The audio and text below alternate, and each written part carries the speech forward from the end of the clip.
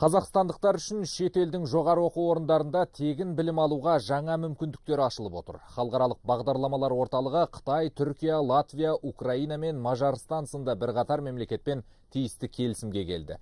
Биыл бөлінетін гранттың саны да артты. Тәуелсіздік жылдарында еліміз шет мемлекеттермен білім саласында 150-ден аса келісімге қол жеткізді. Осылайша ынталы жастар әлемнің озық оқу орындарында тегін білім алды. Болашақ бағдарламасынан бөлек халықаралық жобалар аясында да грант бөлінді. Биыл тиісті келісім орнаған елдердің тізімі кеңейіп, стипендияның саны артты. В мире существует тысячи.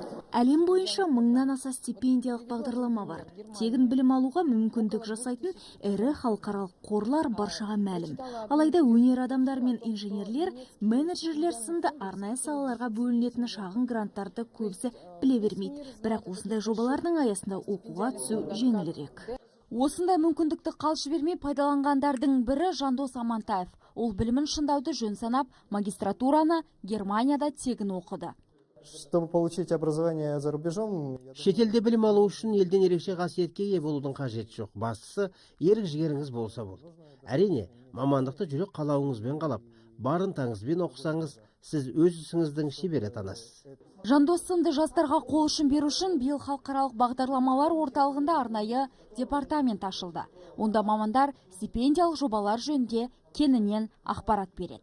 Мы знаем специфику каждого. Біздің орталық шетелдік жоғарғы оқу орындарымен талай жылдан бері бірлесіп жұмыс істеп келеді. Біз мамандық түріне қарай қай жерде білім алу керектігін жақсы білеміз.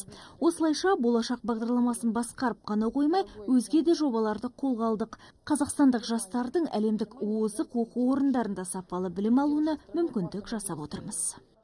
Халықаралық ынтымақтастық жөніндегі департаменттің ашылғанына небәрі 2 айдан аса уақыт өтті. Осы аралықта мамандар бірқатар мектеп бітірушілеріне таңдау жасауға көмектесті. Енді орталық білім алуға тегін грант бөлетін шетелдік оқу орындардың санын арттыруды мақсат етіп отыр. Назерке Абдрахманқызы, Сабина Сексенбаева, Ербол Дайеров, Хабар 24 Астанадан.